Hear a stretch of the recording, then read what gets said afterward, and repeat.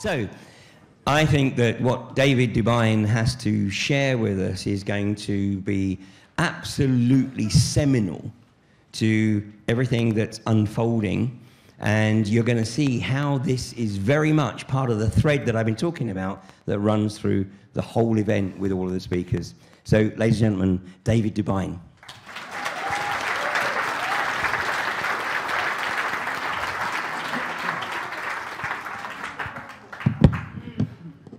We have the sun, and today when I talk, I want you to think about how the sun is connected to all the events you've seen in history, about the wars that have started, the economy.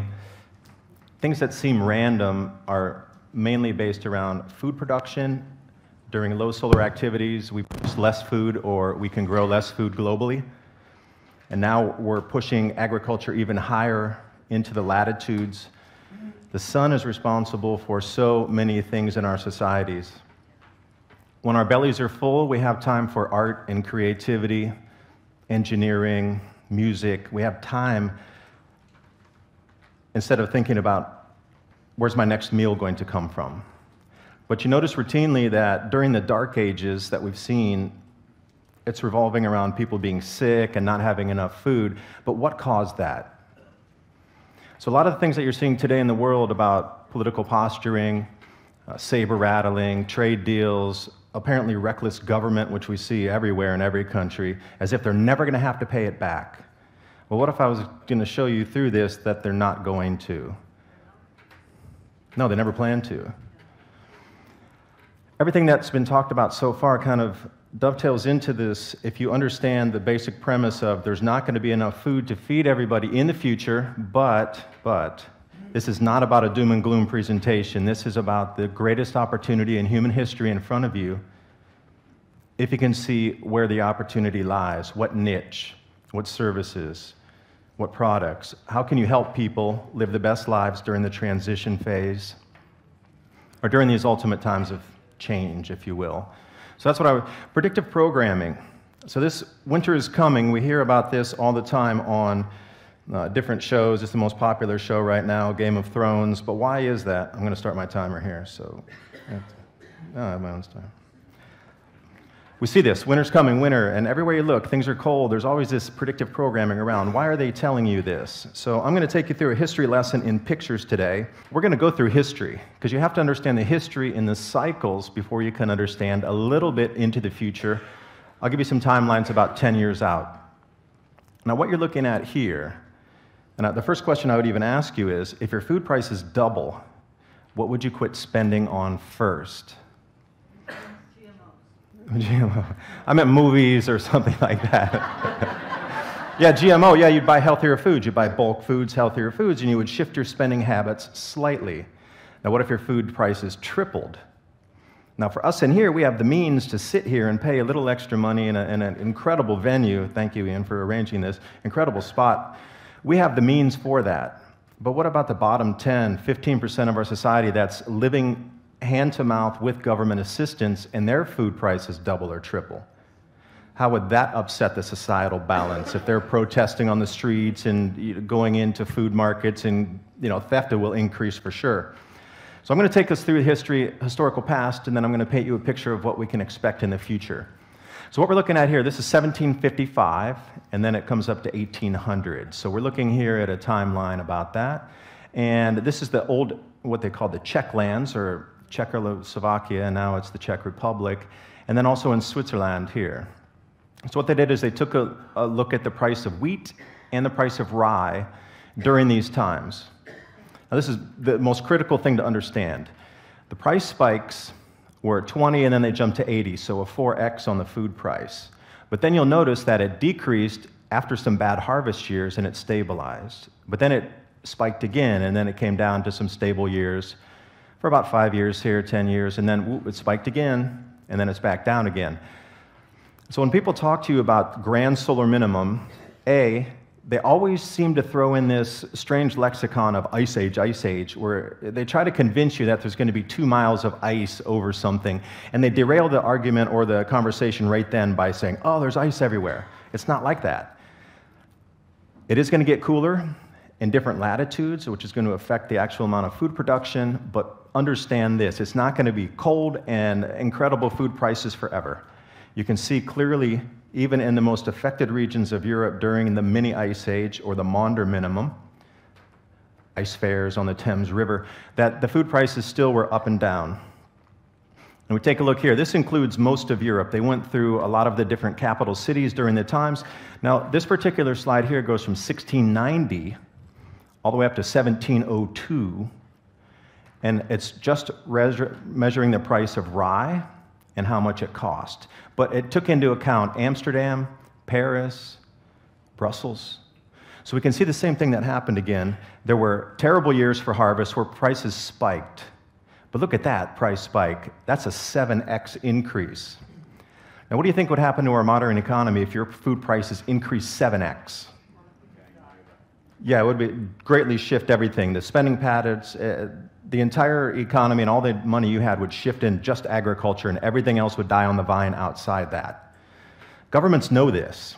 They understand the cycles. So how would you, if you were the leader of the world, I'll put you there for a few seconds, how would you try to avoid mass panic?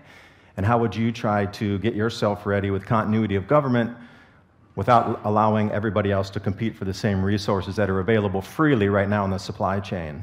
So these are the two things you need to think about. But then we see the same thing. They had a couple really good years for harvest, and prices stabilized again. They came right back down, and then oops, bad harvest, and then they're back up again. So we can see this undulation up and down, but I think the first wave would take out most economies right now in the fiat system. So I thought to myself, let me show you what the Maunder Minimum is, because we're here. You understand the Thames froze over during the Maunder Minimum. This is like central with the most information in the UK that there ever has been cataloged about this event and different parts of Europe. So we can see the solar activity dipped off into almost nothing, and this is where the agriculture dropped out in terms of Asia, Europe. You can find some places in America. When they landed over in Jonestown, they landed in the middle of the depths of this Maunder Minimum when they got in there, and the food production in the United States from, say, 1600 to 1650, right in the depths of this, they nearly starved to death when they landed over there. They came in the wrong time of the leanest food production available, even through nature. All the trees and plants, they went into hibernation and conservation mode. So it's a global phenomenon. It happens everywhere. So I wanted to try to explain what it is first, and how you can see into the future and maybe get some plan for yourself together. Now, I thought to myself, is there a moderate example of food price spikes, and how would that affect our economies? Well, if you go back to 2008 and 2009, we start to see the commodity run up right here. Now, those of you alive back then, you understand stocks collapsed, people pulled back on spending, fuel prices rose. That's one thing. If your fuel price rises, you can hitchhike, you can ride a bike, you can take the train, you can grab a bus, that's fine. You can mitigate, or you can find a different way to solve that problem. Food, if you don't eat, you die. There's no substituting that. There's no other way to, I guess if you eat algae all the time, but still you need some other supplements. So, I'm going to take you through the solar cycles, how they affected society in the past, and then what I envision going forward. So I'm going to start off here with Bagan, and that's in Myanmar, formerly known as Burma. Now, I'll explain why I chose this slide. A, because it collapsed around 800 AD, a different solar minimum that took place at that time, and the Tang Dynasty got wiped out in China. Sunspots show you how much activity there is on the sun, and over longer terms, 11 years, we can see how much activity there's been on the sun. And then ultimately, these longer cycles dictate the civilization cycle. Everything related to the rise and fall of civilizations and the rise and fall of empires is related to the food production. No food, no soldiers. No food, everything else stops. They're too emaciated to even work. They can't think straight, disease sweeps through, and you're done. You have to wait until the sun turns its power back on again electromagnetically, and then we can get higher food production. I used to buy coffee in Myanmar, and the reason I started with Bagan is because I worked in Myanmar, and when I was there, I was a coffee buyer. The new plantings that they had to plant in the fields because of cold damage and death to the plants was 14%. So they had to overplant 14% because the die-off from cold. Now, if I say Burma to you or Myanmar, what's the first thing you think? Hot. Yeah, so for me too, I used to be a deep global warming believer. Yeah, I used to. Yeah, I bought it hook, line, and sinker. No longer, because once I saw the cold damage up there, I thought to myself, something's very wrong. So I was looking for answers anyway to see if we could get new supply for the next couple of years, because they have to plant, and it takes a little bit to bring on new production. This is Myanmar right here. It's not supposed to be a cold country where you get crop losses from cold. Now, the area where the coffee is approximately right here, and it's over on the map here as well in the Shan state. These are the plantings I'm talking about. Well, these little smaller plants are very susceptible to cold, so they would get killed off quite easily when the temperatures dropped below freezing for several nights in a row, and it didn't really warm up during the day. And then this is what, when I talk about new plantings, that's exactly what I mean. So, and then they had to insulate the greenhouses, which was something they never had to do before to keep those new plantings even ready to plant into the fields, because they would get killed inside the nursery, which was strange for them. So they put extra layers of netting over to try to protect everything. And they start with the seedlings and they go on up. And those were the ones that were killed. Also, the top leaf damage on there, the top leaves of the plants would actually get frost burned, if you will. And they're using silver oak cover here. Now, the silver oaks had no problem, but the coffee was very susceptible to the cold. And this is the gold we were after here, literally going back into coffee exporting out of Myanmar. Incredible origin coffees there. It's a magical place. And I'll tell you what, in 2012, there was no Wi-Fi signal at all. It was just opening up to the world at that point, and they hadn't covered everything with Wi-Fi signals and towers. And I tell you, the energy feeling out there was so much different than almost anywhere you've ever experienced, except you go to national parks. And this was countrywide. It's a magical place, and it still is. And for those of you who like coffee, I thought I would throw this slide in here. Natural dried, and they were experimenting with different Cantamore varieties. And then we had the slats out here with, those were washed, double washed, if you know coffee. And I know some of you do, so I thought I'd throw that in there. So I'm David DuByne, and I run the YouTube channel Adapt 2030. And I also have the podcast, Mini Ice Age Conversations. And this was led because of my experience in Myanmar. So I'm just a regular guy who was buying coffee that found all this information out, and it shook me so much, and I realized how much of an effect it'll have on our societies that I decided to really delve into it and try to make videos and explain it to other people. Now, this is a reconstruction map of how the temperature dropped during the Maunder Minimum in the 1600s. Now, you can clearly see when they talk about global warming, Alaska's warmer. Well, it was warmer in the Maunder Minimum, so what do you expect? They're grabbing onto natural cycles in the news or the media or the narrative and trying to explain, you're the cause of it, but you're not, because look under Greenland here. Greenland's melting. Wait a second, it got warmer in southern Greenland during the Maunder Minimum. What happened? It's a natural cycle. It's not you. It's the sun. It's not CO2, in my firm opinion. Now look over here in Morocco, we see this, record snows, all these things happening. In the United States, we get the same band here with the record cold, all-time record coldest temperatures ever recorded in America this year. And look right here with Germany, and I have some ideas about Germany, and we get some places in Asia right here. And also, where did it cool down in the Maunder Minimum? Right here, this is right at the edge of where Myanmar is. And here it is. It even shows the cold dot right there, and I was shocked. This was my kind of waking moment, saying, wait a second, it even showed the drop in temperatures. And the temperatures are dropping again right there. So I started to look for more answers. And then I started to look back in historical cycles. Chinese dynasties collapsing. And what was talked about is these specific areas that were going offline that affected food production in the kingdoms. Go back to the different dynasties, the Yuan dynasty, the Tang dynasty. And you keep going back, and they keep collapsing on 400-year cycles, which is also interesting. But these are the particular areas of crop losses that they spoke about. And here we are in North Korea this year, mega drought. Well, this is what happened. They couldn't grow food. That's why the kingdoms and the emperors couldn't hold the mandate from heaven, is because they couldn't feed the people. And the people got angry, right? You don't eat. If I don't feed you, you're going to be angry at me. You're supposed to be the leader, and I can't get it. So anyway, I did these in 2017, calling out where and historically we should be looking for crop losses moving forward into 2020, 2021, and sure enough, we're starting to hit on some very exact instances. So I drew these out in 2017. The sun. Where's our Earth? You have a choice of planets down here. Where's our Earth? Yeah, the tiny little speck on the right, or the left, actually. Boom, there it is.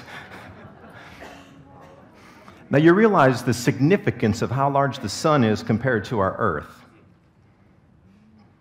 And they say that the sun has no effect on our planet. Okay. So these solar cycles, if you look back through history, well, they're reflective of how much solar activity there was, but they're also reflective of how much food could be grown at a certain time in history. So we're here at solar cycle 24, and we're actually right at the bottom here.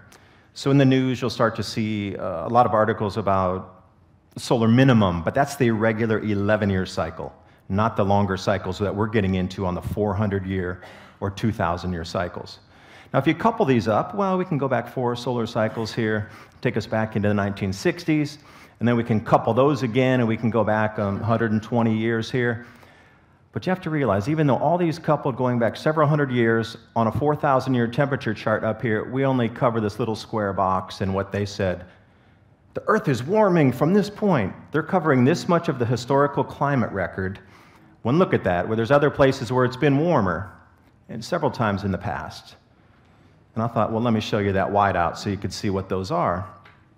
We have the medieval warming period, which ClimateGate was very clearly caught trying to disappear that period to make it appear that it was cooler in the past and everything was warming. Yeah, ClimateGate. Please look up those emails. It'll shock you what they wrote in there on how to make it appear that things were warming by cooling the past. Yeah, geoengineering, I'm going to get right into that. It's cosmic radiation management. Yeah, I want to blend that in, especially with your energy device coming down from space in the new electrified atmosphere. So we have the medieval warming period. We also go back and we can come into the Roman warming period. And also that's where vineyards were growing further north up in Scotland. Vineyards up there. And the Minoan warming period was kind of the apex of the heat on our planet in this last 10,000 years of warm. So if we take it back in time, because I want you to remember this, I'm going to reference the Bronze Age once again. So we keep going back in time and back in time. We have 500 years, 1,000 years, 1,500 years, 2,000, 2,500, 3,000. And then we get into this thing called the Bronze Age, around 3,500 years ago to 4,000 years. Bad things happen when it gets cold. That's why I put the chart here. We can start to take it. I'll even read them for you here, because I know in the back maybe it's a little too small for you to see. Harappa Kingdom in India collapsed. That's because they just dropped this much in temperature. From the top of the Minoan warming period, the Mycenaeans collapsed, and then we get into the Yellow River freezes, and there's frost in China, and the Shang dynasty collapses at that time. We got the disasters and plagues and famines in Egypt. They're down here at the bottom of the cooling. From their high point, which is actually higher than where we are now, so can you imagine when we cool further, what's going to happen here? It's going to be interesting. And then we come back down here and we find the Han Dynasty collapsed again on their regular period of 400 years. And we come down here, the European Dark Ages. Whenever it gets colder, our societies struggle to grow enough food to keep their citizens happy, if you will. And again, I wanted to bring you, this had a little bit different list. You know, the Mayan cities collapsing in their final areas. Year without a summer, the Mayan Golden Age suddenly collapses. Well, why did they suddenly collapse one year? They decided to collapse this year? Well, they were around for how long? And then, oops, we just decided to collapse now. It wasn't, they don't choose to, they're forced to. And you know, these proxies that you keep finding through history, you can find how many candles were used for funerary rites during the Black Death. So you can see approximately the population and how many people died on how many candles they bought in the monasteries. But this is a significant one. This is where the witches were burned in the witch trials. And why would I even bring that up? This is from 1550 to 1700 AD in Europe. And this is another proxy, a way to see where the really bad weather occurred in parts of Europe here. Now, where the witch trials were, or where they burned the witches, you get the red dots. Where they burned or executed somebody at that time based on witchcraft trials. So you can see the density runs through certain areas, and then what you would try to do is then match that with what you foresee in reconstruction on temperature maps So we know exactly where some of the real heaviest effects will be in Europe based on what happened here, where they were blaming somebody for the bad weather. NASA, never a straight answer, but they have pretty magnetic field charts here. So I want to talk about the sun and the earth connecting together, because this really explains everything. And when you can talk to somebody in the global warming debate about it not being CO2, but it being the sun, you have to kind of understand this magnetic field connection before you can get out into it. So they put out really pretty drawings, and we have a North Pole here, and then we have the South Pole here, and the magnetic field lines are going off. But where are they going to? Yeah, they're connecting to the sun. But look at this pretty one. Oh, they look so symmetrical, and they look so amazing. Like, wow, they're so perfect and circular. Not really. These are the magnetic field lines coming off the sun in a reconstruction magnetically, something like this. This is what the magnetic field lines look like coming off the sun. And in reality, this is what it looks like coupling with the earth. So you're getting all these twisted magnetic lines, and it's not straight, and nothing's really beautifully round and overture and curving and connecting. And I showed you the size of the sun earlier. And if we're connected that much to the sun electromagnetically, what do you think is going to happen when the sun discharges or decreases its activity state into another Maunder Minimum type cooling? Our Earth is going to be heavily affected. And it's connected electrically and magnetically, and we can call it electromagnetism, and they connect together. And we're going to talk about ionized atmosphere and how the governments are piggybacking on top of a natural cycle to create heavier effects. Now think about how far are we from the sun? Yeah, 93 million miles, and then they call that 1 astronomical unit, 1 AU. Now the magnetic field from the sun goes out 100 AU, out to the Baoshock out there. You got to realize, the forces from the sun go 100 times further than from us to the sun, further out into the edge of our solar system. Now we are 100 times closer than even do you think we're going to be affected, our Earth? Of course we are. Again, I'll bring you to the size scale here. I mean, we're way down here on the bottom, barely a little tiny thing, and we're so close to it. Yet they say there's no effect. No, sun drives nothing. No, it's totally you. It's CO2, bad polluter. Pay your tax. Now, what I've done here is because we're in the UK, I thought I would pull up the mean central England temperatures from 1659 to 2018. Bring you back home here. So what we're doing is we're taking a look at the solar cycles in different time frames and then looking at the temperature drops according to the solar activity. And then also, what's the correlation? Inversely is when we get higher solar activity, the temperatures rise. So we've seen this through history, and once you understand the cycle, you can start to look at it in a different way, and you understand when the solar cycle decreases in activity state, then, well, the planet's going to cool somewhere. We're going to get a bunch of shifts in the atmosphere, and this is not going to grow good. We're going to have a very difficult time continuing to grow grains, and this is what I focus on mainly is the grains. Now, understand fruits really being heavily affected across Europe and also different vegetable plants, et cetera, in the United States and California. This is our main thing that keeps our societies together. If we don't have enough food, our societies collapse, period. We need the food, and we need a lot of it to keep everybody well-fed. If you're not well-fed, your immune system's depleted, and diseases can run right through you so much more quickly. They find that, when they're testing people's bodies that they dig up from the bubonic plague and different types of plagues through history, they were depleted on almost everything, and that's how they're overwhelmed their immune systems, and this disease that we could normally fight off just jumped right in and took over. This is what happens when there's not enough food. People become angry, things get too expensive. The armies in the UK here used to have to accompany the grain shipments because there were so many bandits on the road trying to steal the wheat coming out of the harvest that they had to put army with every single shipment.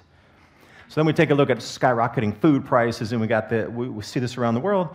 What happens when people get really hungry and they're going to die or their family is going to starve to death before they get to that food source? No, but you do laugh. Cannibalization always comes through when we have these food shortages. When people are going to starve to death or eat something, they will eat a corpse first before they will die. That's the level. Yeah, it's been routinely documented that that's what happens. They eat things that you would think were truly inedible. And the siege of Stalingrad, I don't know if you know much about the siege of Stalingrad. This is World War II. They used to trade recipes for boiled belts. belts. They used to cook that because there was some broth and nutrition in there. They were licking the glue off the wallpaper back then because it was mainly, it didn't have all the chemicals in it did today. But they were eating things like, fur coats. They would strip all the fur and try to boil that and make some kind of soup or anything to fill the belly.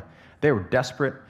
And if your belly's not full, you're going to get angry. And a friend of mine says, David, I understand what you're saying, but my son's in 5th grade, and I just can't explain it to him because I'm always talking, do you have something that you can create that I can show to a 5th grader? And I said, well, yeah, I'll work on it here. So it's like a diamond, actually, where there's different sides of it. It's not just one flat thing where it gets cold, and then it's not like that at all. We have these variants in weather in the extremes. It's not always going to be cold. We're going to get some normal years in between the cold and, let's say, upsetting years. But the crop harvest, the sun, they call it going to sleep, so I tried to put a sleeping sun here. We get the cosmic ray increases. We're going to get a little more volcanism, massive floods, I mean massive floods, and also they call it, rivers from the sky. It's an atmospheric compression event. I'll come into that. And then we get the cosmic rays, and then our jet streams are going to shift and have begun shifting. Well, this was planned for global warming, right? They hijacked a natural cycle. They knew it was coming. They knew these would be the effects. And they had to explain it to you because they knew everybody in the real world would see it with their own eyes, and then you would start to ask questions. They had a ready-made answer for you, global warming. Well, these effects are mainly based on solar activity, and here's what's going to happen with us moving forward. The media is going to distract you like no other. They want you to forget what's happening with your food prices and the weather changes, and it's going to be Hollywood-esque every single event. It's going to have to get more audacious, if you will.